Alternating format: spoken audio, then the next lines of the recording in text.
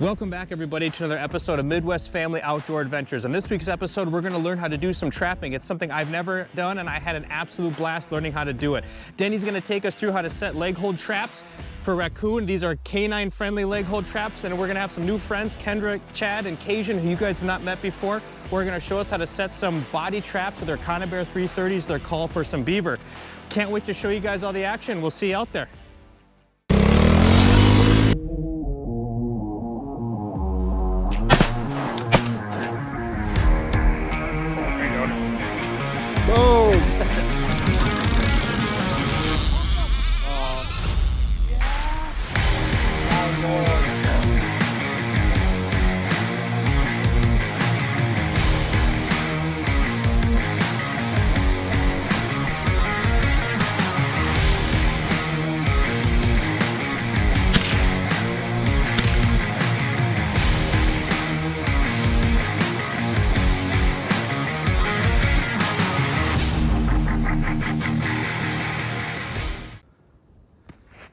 Out checking traps here in a snowstorm.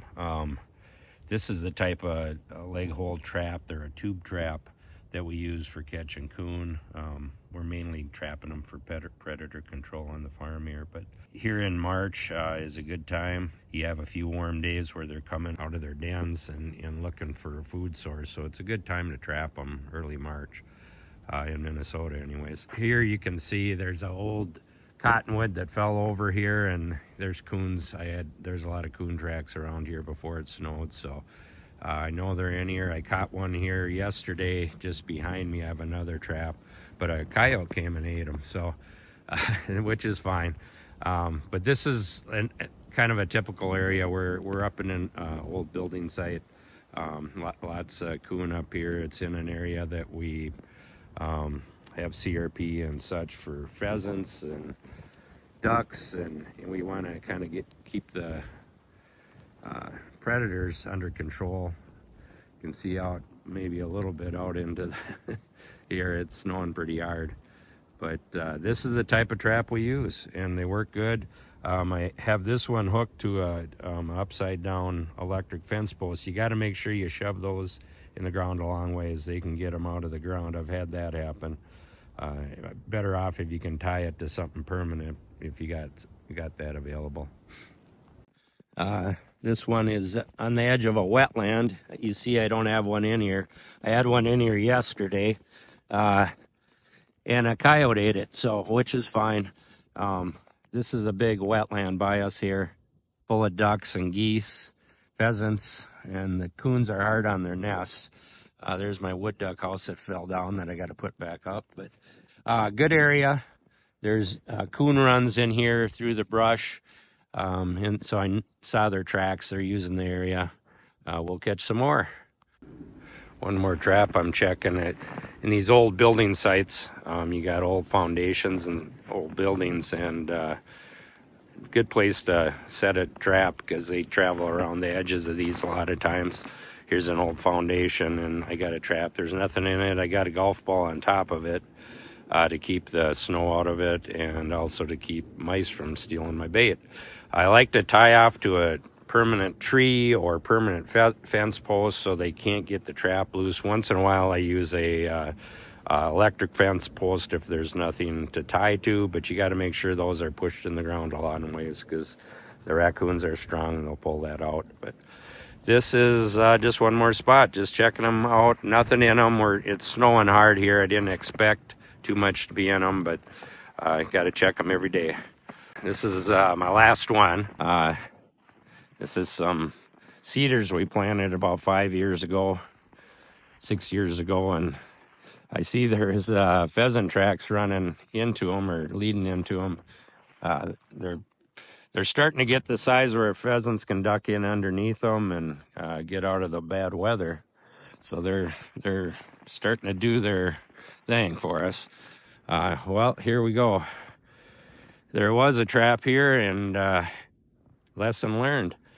Got caught in here, but I had it on an electric fence post shoved in the ground, and they got loose. So I had probably drug it somewhere in here and got hung up. So I'm gonna do a little searching for it, but Unfortunately, its tracks are covered up in the heart, and it's snowing hard. So I should have just tied this one off in the brush on a tree, but I used a electric fence post and had it in the ground probably 2 feet, but it got loose. This time of year, the ground's kind of soft. It's starting to thaw early March, on and off, and it got loose. So we'll see if we can find it. That's why we want to check them every day. Okay, I thought I'd get out of the snowstorm and explain the traps that we use a little better here in the bait. This is a brand new trap, and I'll end up washing off and let it hang outside, so I got my bare hands on it. But ideally, when you're setting these, have like a disposable rubber glove on, or at a minimum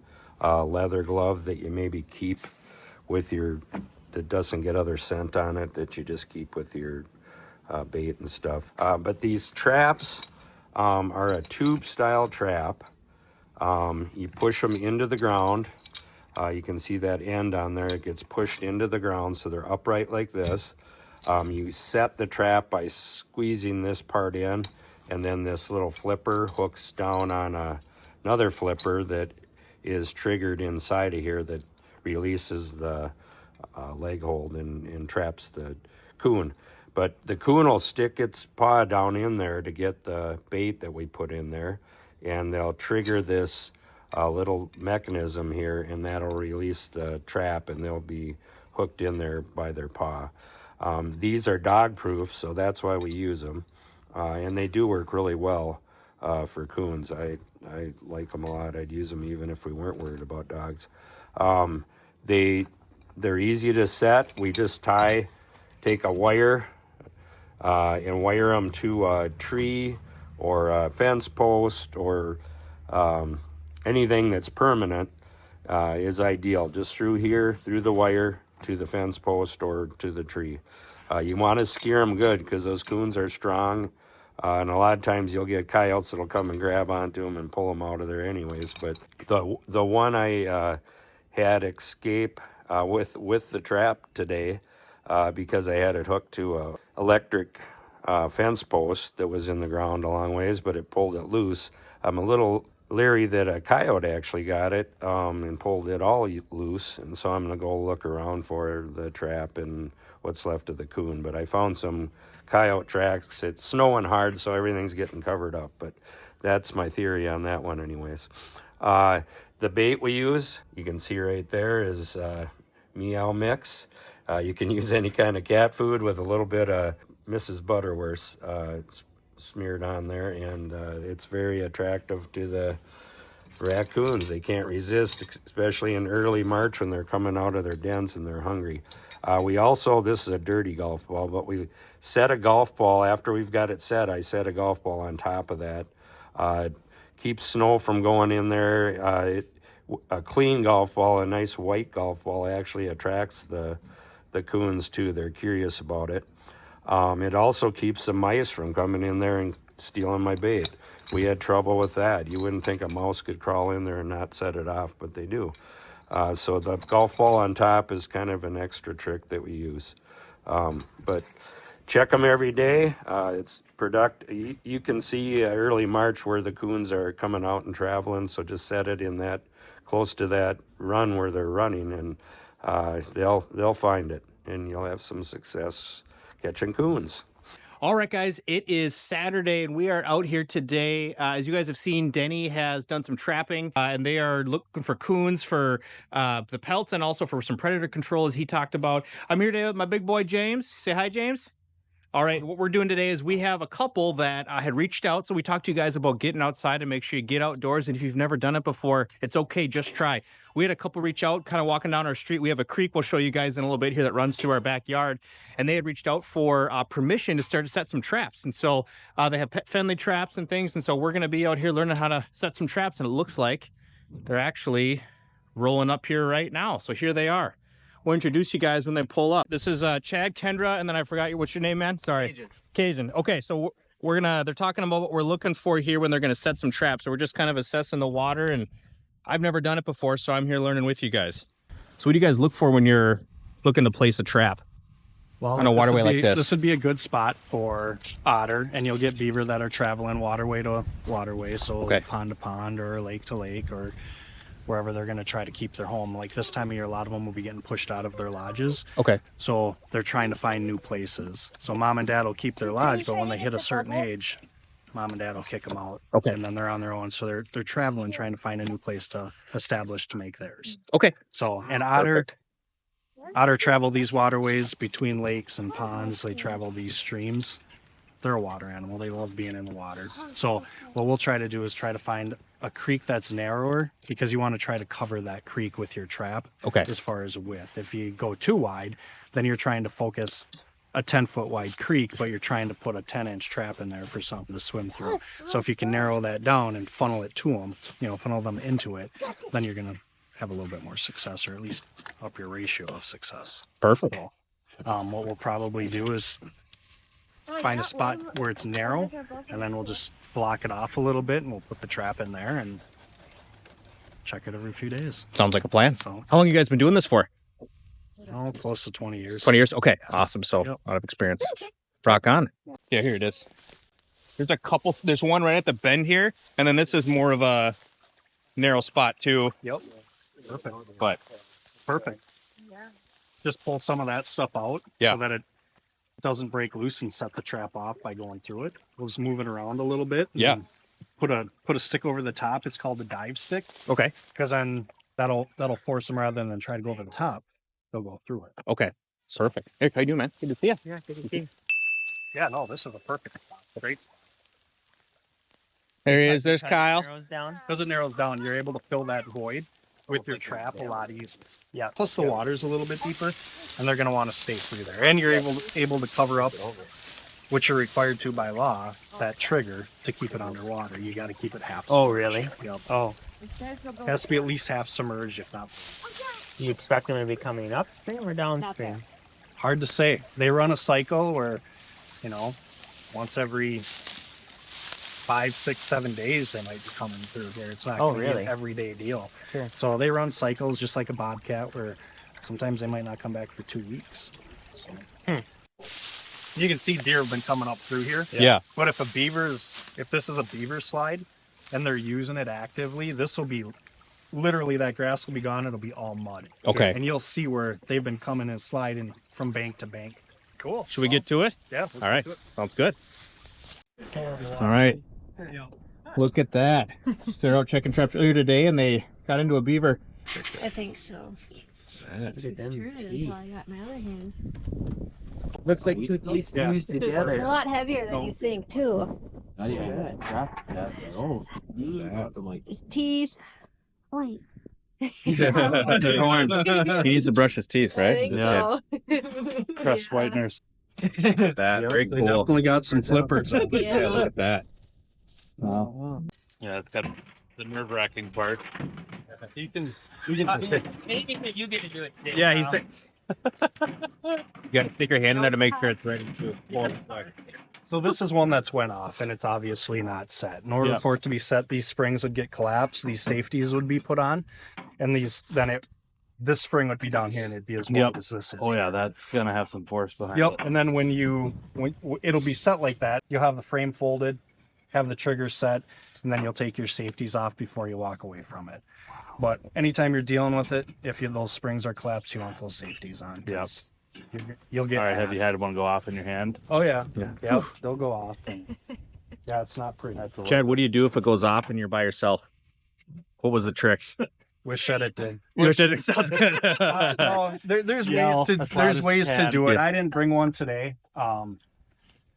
But there's ways to do it where they make a tool that you can put on here that'll grab the spring, and if it's on your hand, you can put your foot inside the jaw and you can stand on it, pull up on that spring so that you can put that safety back on.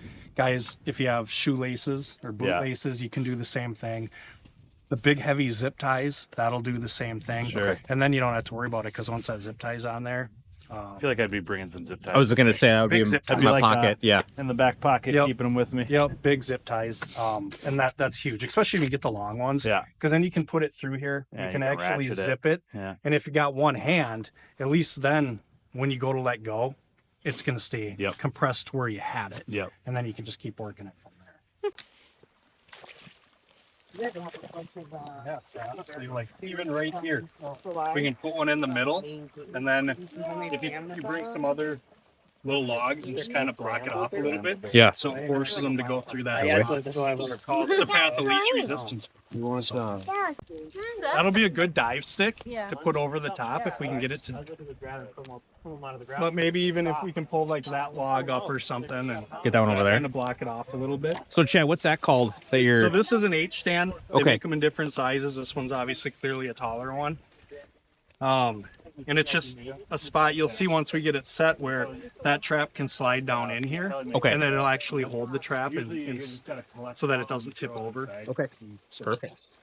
Depending on where the sunlight hit and then all that stuff. So. Just Like, wait, James. all I'm really looking at doing is if you can take this and just block it off enough where you can block off that spot for them to be like, well, it's easier for me to go there. Okay. Then Create a here. funnel. Yeah. Yep.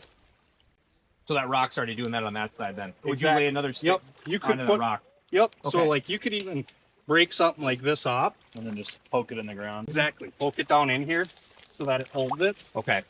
And honestly, at this rate, you could do this. That'll help hold your dive stick Oh, look at that. over the top of it. So A couple of wide sticks.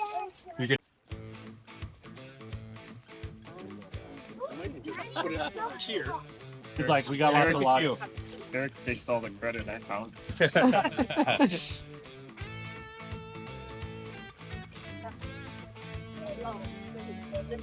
Okay, I'll take that. Nice stick, Kyle. What's that? Nothing. In between those. Now that's set down so that it's getting held. Yeah.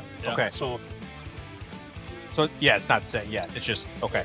yep. It's So the set. trap itself is set. Oh, We it just is. didn't- Okay. That's But just just curious. didn't take the deals are- triggers on. Yeah. Okay. Safety. What? You want to go see the Well, You want that Oh, safety? that's like- So that's Take how it those off. safeties are off. Yeah. Cool. I'll take that one now. Thank you. I knew I was holding on to that.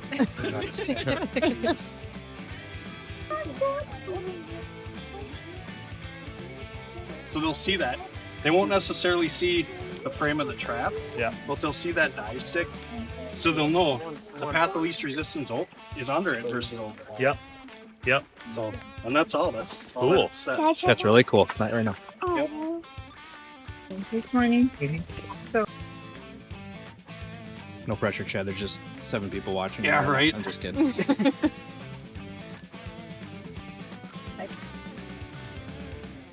Way easier with the lock on there. Yes. Yeah.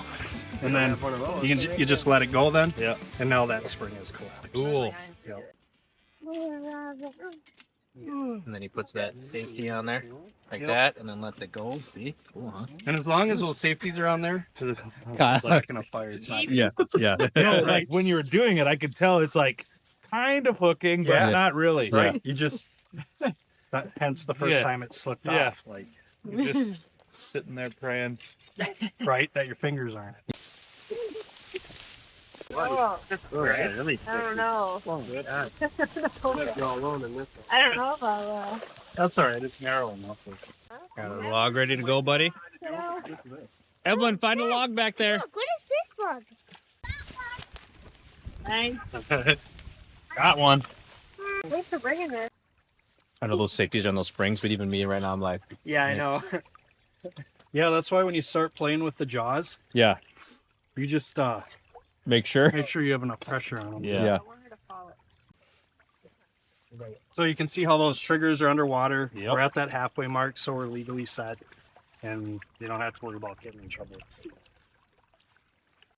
And so, Chad, that's just obviously the trap doesn't wander off. Yep. Yeah. So that's if it does. Like these H springs, or these H stands. Yeah. Once you trip those springs, here's the nice thing about these, is it holds that trap in there. Yeah. So, but it's just a security measure where it's just a second safety where you don't have to worry about it going off down Yeah. or whatever. Okay. Do they have territories? Like, do they stay in a certain run? Or if you trap one in one spot, are you like pretty much cached in that spot for a while, or what? No. So right now, like I was kind of explaining earlier on the beavers, right now is the time where the younger ones, like that are getting forced out of their lodges by mom and dad. Like, Yep. there's plenty of huts where you could have 7 beavers in there. Wow. So at a certain point, mom and dad will kick them out. Be like, Got all it. right, you're 18. It's time to go and spread your flippers somewhere else. So they'll send them out. Well, now they're traveling, and they're not going to run through a cornfield often, right? Or walk down the side of the road. They're going to travel these little waterways because it's easier, it's simpler for them just to kind of ride the water versus actually walking on land. They'll be coming through here trying to find a new home. Yep. And people are used to saying that beavers have big lodges, right? Yeah. You'll see them on the side of the road in Yep. a swamp, Yep. whatever. But the reality is they'll dig up like under a root system like this. Yeah. And they'll dig Way a in bank there. den where it's up underneath that tree, and it'll be underground. It'll be a big, essentially a lodge underground. Yeah. And sometimes you get guys that they'll do it along a lake shore that's populated or residential, and then people will be calling and complaining because, well, my tractor went through and fell in there while I was trying to mow my yard. Yep. So They got then they're weak and- trying to figure out how to eradicate it. Yeah, those aren't much fun. Well, we've had some snowy weather here since the last time I put the traps out. So nice morning, warming up here, melting some snow. So figured the coons are probably out moving about tonight or last night, and will again tonight. So I'll just make sure we check the traps right away in the morning. I'm going to just make my rounds here and see what we got. You can hear the ducks quacking in the background. There's a big slough behind us. Hopefully we get a few coons pulled out of here so those ducks have a little better chance of bringing up some young ones. We have just about, 5-6 days left of the actual trapping season for coons right now. So we're just trying to get a few here before the season ends. Out here making my rounds. Had showing you some of the traps we had set the other day here. And bingo, got one in this one. He's kind of mad there, so we're not going to get much closer, but that you can see is some pretty good raccoon habitat. And there was a good trail right here in the snow the other day. It hadn't been used a lot. For about a day there because it was snowing, but then they started moving again. So we hopefully have a few more in some of the other traps. We'll go around and check them. We'll dispatch this one and then move on. Found one more spot to put a trap. They're going to be moving a lot now that the weather's warming up, and they're going to be hungry. They're going to be looking for food. The raccoons are. And we also catch an occasional skunk and possum too, but mainly coons. And this is a really good area. There's a lot of spots here where they can build dens. And there's a run right here that has snow on it right now, but I can see some tracks that were made probably while it was snowing here yesterday that are partially covered. So I know that this is an active area. So I set one of these tube traps again. I just squeeze the jaws together and set the trap, and I have it wired to this tree here, this small tree. They won't be able to break that off, and I'm going to put cat food in there and a little bit of syrup. We'll do this. Put a little bit of liquid gold in there. These can't resist this, and it gives off a little more scent too that they come looking for. They're going to come back past here within the general area, and they're going to be curious. They'll smell this, come and stick their paw in there and get caught. Wanted to check one of the other traps I had out. Got one in here 3 days ago, but she's empty right now. So these golf balls on top of it. It's clear as snow, so I just want to make sure we clear snow away from them so that the mechanisms can work properly, but this one looks good. We'll see if it works. We caught one there I showed you this morning. That was number 3 for this spot anyway so far here, late winter, early spring. I guess it's not quite spring yet. Yeah, there's a big old garter snake over here. They're gonna call me One-Armed Tyler after this. You want the wire? Just bend them into a T. About halfway, right? Yeah, about halfway. Just so we're about halfway where the trap is. Perfect. Are my boots long enough to get to the other side? They're you'll be pretty close, sweetheart. It's pretty. You may make it, you may not. It's tough to say. Not worth it. Okay, how do you get it to stay? Yeah, We you have to can move it let up a little that go, higher. right? Go. Oh, just slide it in. Yeah. I got you. Listen to me. Ha And I mean, it's something where you guys can start putting pressure on it. Glad you do the heartbreak. Got it. I was gonna say. What was your Easy does it. He does it. Keeping my hands on the outside like this. But I do have to The mess safety deals are on there. You're gonna have to fix the whiskers. I have to do this right first. The whisker biscuit. You can bend it if you want. Otherwise, you could leave it like that, where you have one. It's a horse apiece. Some people, they're different mindsets on it as far as making it into that or a V. It's like your jigging technique. So just Yes. Everybody's got their own man here opinion. first of all, right? So for that, Oh, okay. where you want to be careful if you start Don't manipulating squeeze it that. is making sure that these stay on, because if you flip it, depending on how tight these are Yeah. or aren't, they're going to want to fall Are they tight? Did you do them tight enough, Kyle? Oh, so tight. Yeah. So Don't put your I'll let hands in you between set it. Okay. Easy. And it's And the it- first or second notch. First notch. Not, Okay. Not the That middle one. Okay.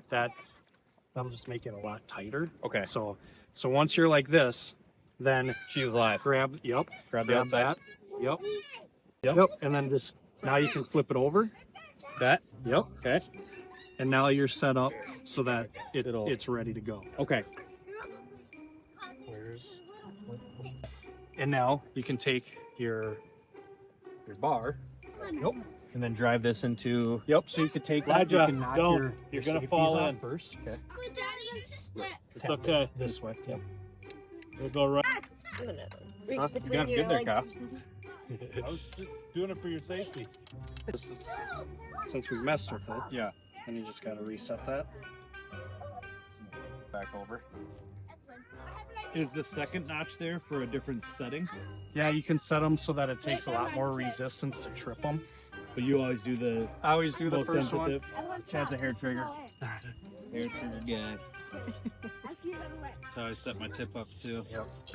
That's why they go off falsely all the time. That's true. Yes, it is. Well, when you put a 10-inch Gotta socket. tap this. Oh yeah.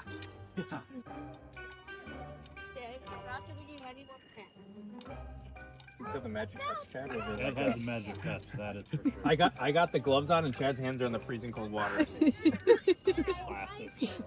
All right. And then just push it as deep as you can. Okay.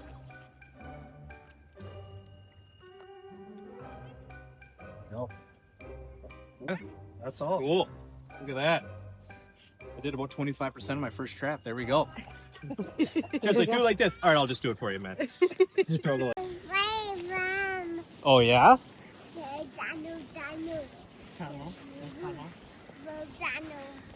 We could do it between that metal pipe and the culvert and there. stick some of this stuff in there in the water to kind of block it out a little bit. There's a bunch of coon tracks. Right there. Oh yeah. Do you want to get in the water and stuff? Do it, Kyle. Yeah. Almost over the boot there. I was gonna say, does this hold still? No, it does. Stand there. That was perfect timing. Come up a little bit. You want to rest? That just like that.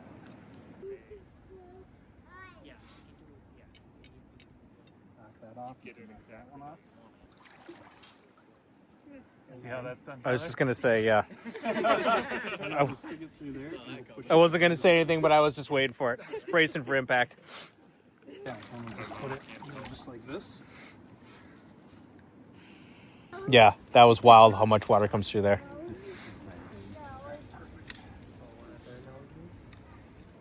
So yeah, That's it. Look at that. Awesome. All right, James. What are we going out to do, bud? Go check the traps? Okay. All right, we got to go down. We're going to check the traps. We got to leave for church in like 8 minutes and counting. So I promised Mom that we would not get him muddy. Right, buddy? We can't get you muddy, right? Okay. All right, fingers crossed that we don't get him muddy. All right, we're going to go back. As you guys saw, we had Kendra, Chad, and Cajun out here yesterday.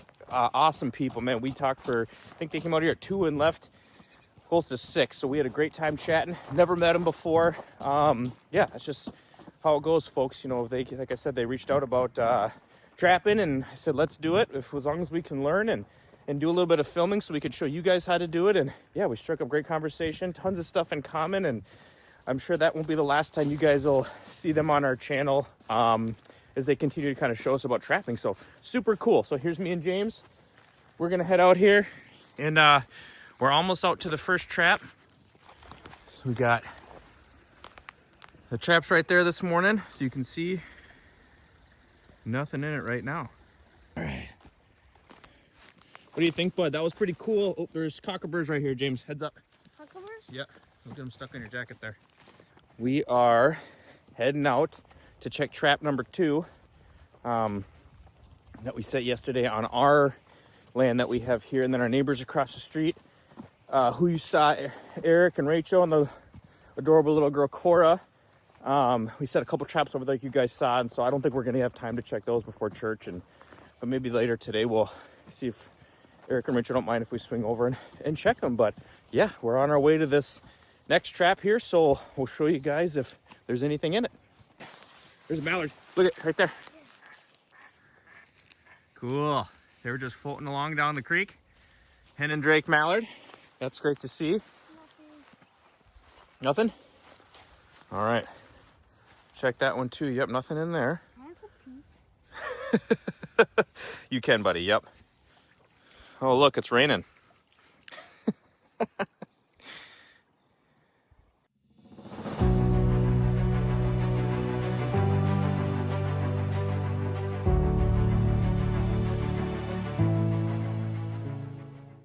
Thank you guys for joining us on another episode of Midwest Family Outdoor Adventures. Man, it was a lot of fun learning from Denny how to set some canine-friendly leg hold traps for raccoons to do some predator control. And then it was awesome meeting Chad, Kendra, and Cajun as they showed us how to set some body traps. The particular ones we use, like we talked about in the episode, were called Conibear 330s, and that just refers to the size of the trap for some beaver and potentially some otter. I did want to talk a little bit about uses for beaver. I'm sure that question might come up for those of you that have never trapped just like I have. You know, why do we trap beaver? You know, I hunt and fish and I eat everything I hunt and fish, and why are we trapping beaver? And Chad and Kendra did an awesome job kind of walking us through what the reasons were for that. A big one out here is we have a lot of farmers and agriculture, and where those beavers come out, they'll dig their lodges or dens really deep into a ditch, and that can create a giant cavern. So when a combine or a tractor's going by, they can't see it and it'll crash right into that, and so it can be pretty dangerous. So it's for some control to help with some of that. Another primary reason is castor. So castor, or castorium as it's called,